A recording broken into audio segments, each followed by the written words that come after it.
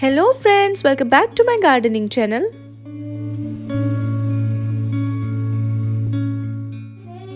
Friends, आज की video में हम जानेंगे कि प्लांट्स की केयर किस तरह से करें जबकि वो बज़ाहिर हेल्दी नज़र आ रहे हों, और ख़ास तौर पे जबकि बारिशों का मौसम होता है या किसी नॉर्मल सीज़न के अंदर भी 1 से 2 वीक बारिशें होती हैं, तो किस तरह की केयर है जो हमें अपने प्लांट्स के लिए करनी चाहिए। तो यहाँ पर सामने आप देख सकते हैं, ये मेरी कद्दू की बेल है जिसे मैंने लाइम ट्री के ऊपर चढ़ाया है। और ये बेल जो है बहुत ही हेल्दी है, इस पे फ्लावरिंग भी हो रही है और इसकी ग्रोथ भी अच्छी चल रही है। आप लीफ साइज़ देखें तो बहुत ही हेल्दी नज़र आ रहा है। लेकिन यहाँ पर मैं आपको एक चीज़ दिखाऊंगी, अगर आप इस लीफ को टर्न करेंगे तो यहाँ पर आपको देखिए ये इंसेक्ट्स नज़र आ रहे हैं। ये बड़ी खामोशी के साथ पत्ते से रस चूस लेते हैं और जो नई बडिंग हो रही होती है, यहाँ जहाँ से नई कॉम्पल फूटती है वहाँ से भी सारा रस चूस लेते हैं। इन्हीं स्टेम्स के ऊपर जो है मेल और फीमेल फ्लावर्स भी होते हैं, लेकिन इससे पहले कि वो फ्लावर्स फ्रूट में कन्वर्ट हों, ये रस चूसने वाले कीड़े खामोशी से उनका सारा रस चूस लेते हैं और ये जो फ्लावर्स होते हैं ये ब्लैक होकर के झड़ जाते हैं। ये बेल जो है ये मैंने लाइम ट्री के नीचे लगाई है। यहाँ पर मैंने पहले फ्रूट क्रेट्स रखे थे, लेकिन उनको हटा करके अब मैंने इस तरह से एक क्यारी बना दी है। क्यारी में चूंकि ज़्यादा मिट्टी जो है वो होल्ड करने की कैपेसिटी होती है, इसके अलावा इसमें ऑर्गेनिक मैटर भी बहुत ज़्यादा होता है जो बहुत ही अच्छे से डिकम्पोज होता रहता है, और जो बेल है वो हेल्दी होती है क्योंकि बहुत ही अच्छे से उसको न्यूट्रिशंस मिलते रहते हैं। दूसरा बड़ा फ़ायदा ज़मीन में लगाने का ये होता है कि कभी भी आपको ओवर वाटरिंग का डर नहीं रहता। ज़मीन में लगाए गए पौधों को मैं 3 वीक के बाद ही फर्टिलाइज़ करती हूँ, क्योंकि उन्हें बहुत ज़्यादा न्यूट्रिशंस की ज़रूरत नहीं होती। ऊपर से पत्ते गिरते रहते हैं जो कि सॉइल में डिकम्पोज होते रहते हैं, इस तरह से कांस्टेंट न्यूट्रिशंस जो है वो मिलते ही रहते हैं।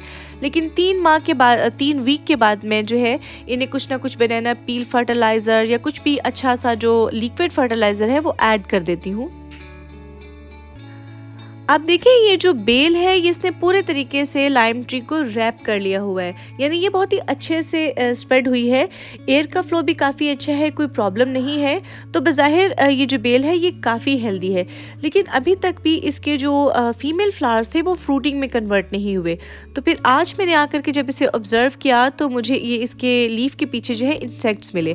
अच्छा, अगर आप ये प्रॉब्लम फेस कर रहे हो तो एक तो आप देख सकते हैं कि अगर आपकी बेल एक ही लंबी बेल में ग्रो कर रही है तो उसको सामने से पिंच कर दें। इसे 3G कटिंग कहते हैं। पहली स्टेम को पिंच करें तो 2G और फर्दर ब्रांचेस को पिंच करें तो 3G कटिंग कहलाता है। इससे क्या होता है कि प्लांट जो है वो मल्टीपल ब्रांचेस निकालता है और बहुत सारे मेल और फीमेल फ्लावर्स जो हैं वो एक साथ आते हैं। गर्मियों में इस पर फ्लावरिंग का शदीद इशू था और फ्रूट्स भी नहीं बन रहे थे। उसका रीज़न ये था कि मेल फ्लावर्स और फीमेल फ्लावर्स को डिफरेंट तरह के टेम्परेचर चाहिए होता है आने के लिए, तो अक्सर ये फ्लावर्स जो है ये एक साथ नहीं आते, जिसकी वजह से पॉलिनेशन नहीं हो पाती। इन दिनों चूँकि मौसम बहुत ही प्लेजेंट है तो दोनों ही फ्लावर्स एक साथ आ रहे हैं, बट स्टिल पॉलिनेशन नहीं हो रही। उसका रीज़न है बारिश की वजह से फीमेल फ्लावर्स जो हैं वो गीले हो जाते हैं, इसी तरह मेल फ्लावर भी, और जो पोलन ग्रेन है वो ट्रांसफ़र नहीं हो पाता।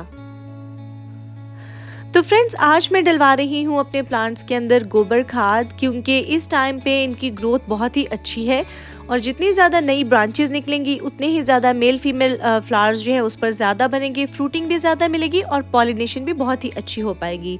बारिश के से गीले हुए पोलन ग्रेन का तो कोई सोल्यूशन नहीं है। जब मौसम थोड़ा सा ठीक हो जाएगा तो फिर हम हैंड पॉलिनेशन कर लेंगे। रस चूसने वाले कीड़ों की अगर बात करूं तो बेस्ट जो चीज़ है वो मुझे लगता है कि राख है। राख से क्या होता है कि ये जो कीड़े होते हैं ये सफोकेट होके मर जाते हैं और आपके प्लांट्स को भी कोई नुकसान नहीं होता। इसके अलावा आपको कोई केमिकल भी यूज़ नहीं करना पड़ता।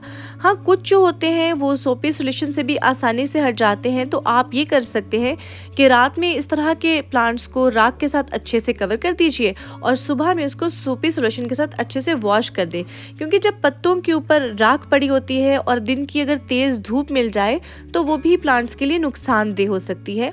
तो मॉर्निंग में आपने उसे वॉश लाजमी करना है, चाहे तो सोपी सोल्यूशन से कर लीजिए या फिर तेज़ धार से किसी सादा पानी से ही वॉश कर दें। तो फ्रेंड्स, गोबर खाद तो हम डाल रहे हैं। आज कुछ मैंने जो बैंगन के पौधे लगाए थे, ये मेरे विंटर वाले ही हैं, क्योंकि ये मैंने इसी सीज़न में लगाए हैं। आप कह सकते हैं बरसात के मौसम में लगाए थे, और अब जाके इसकी छोटी छोटी सी फ्लावरिंग स्टार्ट हो गई है, और इनफैक्ट उसमें छोटा छोटा फ्रूट कन्वर्ट होना शुरू हुआ है। और बहुत ही हेल्दी प्लांट्स हैं, क्योंकि मैं इनको कंटिन्यूसली साथ साथ कुछ ना कुछ डालती रहती हूँ। कुछ प्लांट्स मेरे बैल्कनी में हैं, आप देख सकते हैं, इनकी भी फिलिंग होने वाली थी।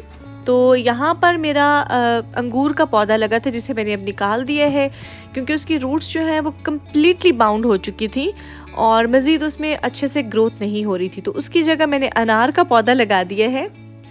और ये देखिए ज़रा एक नज़र मेरे ब्रिंजल प्लांट्स पर, बहुत ही ज़बरदस्त हैं। अच्छा, ये बड़ी कॉम्पैक्ट सी वेराइटी है। आप देखिए इसमें बहुत मल्टीपल ब्रांचेस निकल रही हैं। जो देसी वाले बैंगन होते हैं उसमें एक ही लंबी सी स्टेम आती है, पौधा बहुत ही बड़ा हो जाता है और उस पर बहुत ज़्यादा फ्रूटिंग नहीं हो पाती। लेकिन ये जो हाइब्रिड वेराइटीज़ होती हैं, कुछ इसमें इस तरह की वेराइटीज़ भी आती हैं जो पॉट्स में लगाने के लिए ही होती हैं, ग्रो बैग्स या पॉट्स जिसमें भी आप लगाना चाहें, क्योंकि ये कॉम्पैक्ट होती हैं। इस पर मल्टीपल जो है ब्रांचेस आती हैं, और जितनी ज़्यादा ब्रांचेस आती हैं ज़ाहिर है उतनी ही फ्लावरिंग होगी, उतनी ही फ्रूटिंग होगी। अच्छा, यहाँ एक और चीज़ भी मैं आपको बताना चाहूँगी कि ये जो बैंगन के पौधे हैं, ये तकरीबन 12-14 जो ग्रो बैग्स हैं उसमें लगाए हैं, और जगह क्योंकि इतनी नहीं है तो मैंने इनको बहुत ही साथ साथ रखा है। आप नोटिस कर सकते हैं इसमें किसी प्लांट का साइज़ जो है वो बड़ा हो जाता है, किसी का छोटा हो जाता है।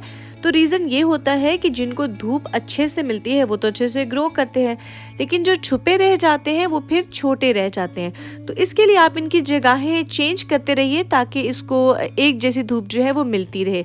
या फिर अगर आपके पास स्पेस ज़्यादा है तो इन्हें खुला खुला करके रखिए।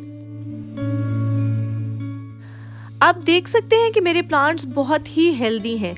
आपके प्लांट्स भी जब इस स्टेज पर होते हैं तो आप इन्हें 1 लीटर पानी में 1 टीस्पून कोई भी लिक्विड जो हैंड वॉश है या फिर डिटर्जेंट वॉश है उसको डाल करके अच्छे से शेक करके प्लांट्स को वॉश करते रहें।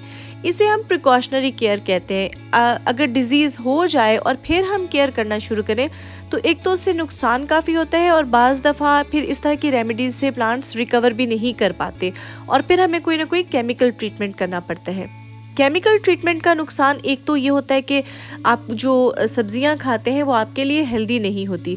दूसरा नुकसान ये होता है कि उससे हर तरह के इंसेक्ट्स मर जाते हैं।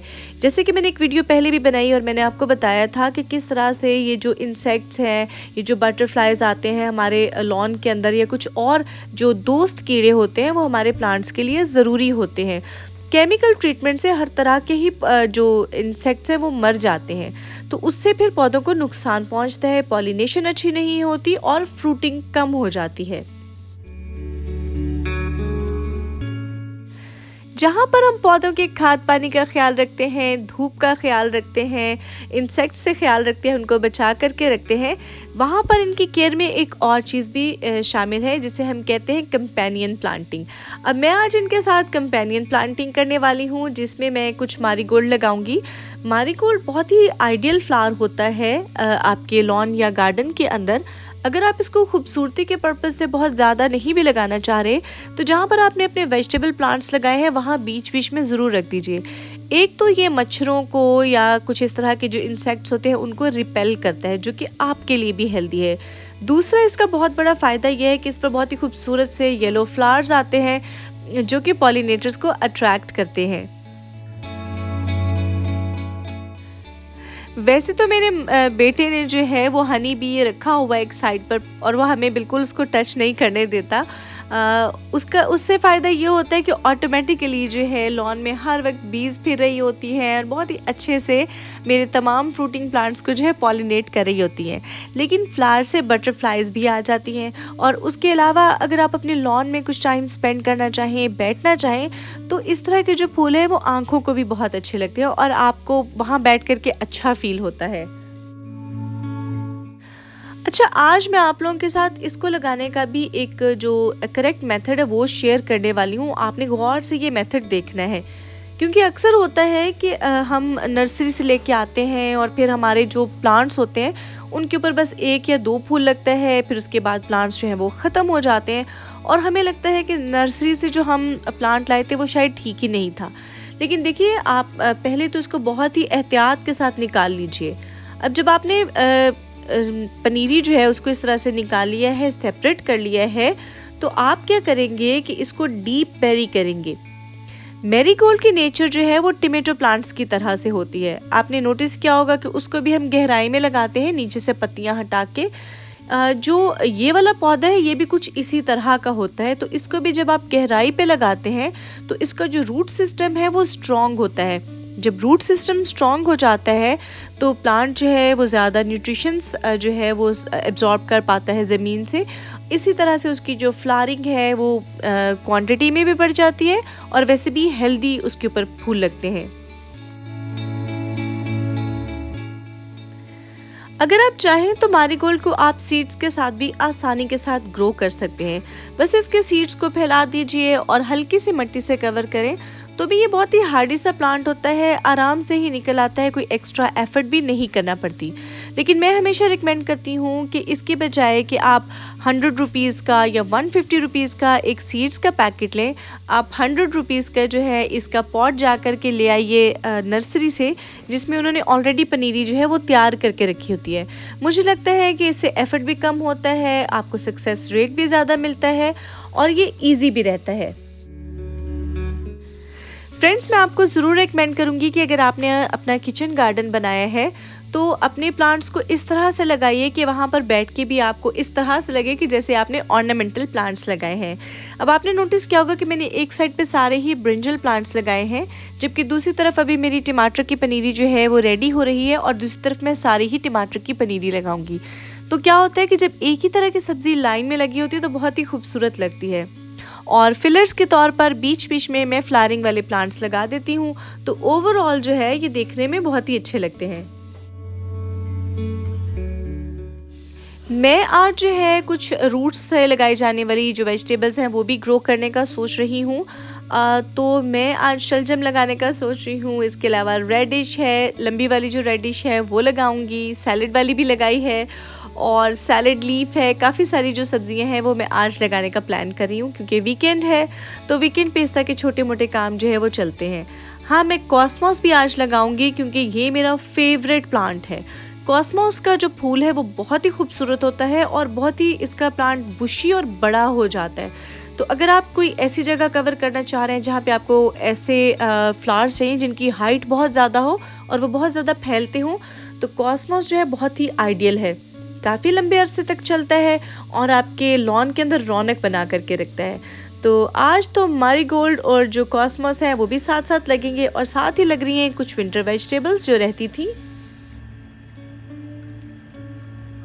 चाहे आप पनीरी ट्रांसफ़र करें या सीड्स लगाएं, वाटरिंग की है। उसको अच्छे से वाटरिंग करें ताकि कोई भी अगर एयर पॉकेट्स हैं तो वो निकल जाएं और आपका जो प्लांट है वो ग्रिप कर ले। इसके अलावा अगर आपने सीड्स लगाए हैं तो भी अच्छे से वाटरिंग करें और जब तक जो सीड्स हैं वो जर्मिनेट ना कर जाए, सॉइल की नमी बना करके रखिए। ये देखिए, ये वाले जो मेरे पॉट्स हैं ये बालकनी की साइड पर हैं, इसमें मैं कॉस्मोस लगाऊंगी क्योंकि जो ग्रिल है वो साथ है, तो ग्रिल की सपोर्ट से जो है कॉस्मोस के जो प्लांट्स हैं वो बड़े होंगे। जैसे कि मैंने आपको बताया कि बहुत बड़े हो जाते हैं, इनका फैलाव काफ़ी ज़्यादा होता है, तो ग्रिल की हेल्प से हम इसे टाई भी कर सकते हैं और जब ये बाहर से नज़र आएंगे तो ये खूबसूरत भी लगेंगे। तो फ्रेंड्स, ये तो थी मेरी इस वीकेंड की रूटीन अपने प्लांट्स के साथ। अगर आप लोग चाहें तो आप लोग भी कमेंट करके अपनी रूटीन मेरे साथ शेयर कर सकते हैं। मिलते हैं नेक्स्ट वीडियो में किसी और इन्फॉर्मेशन के साथ। Till then, happy gardening.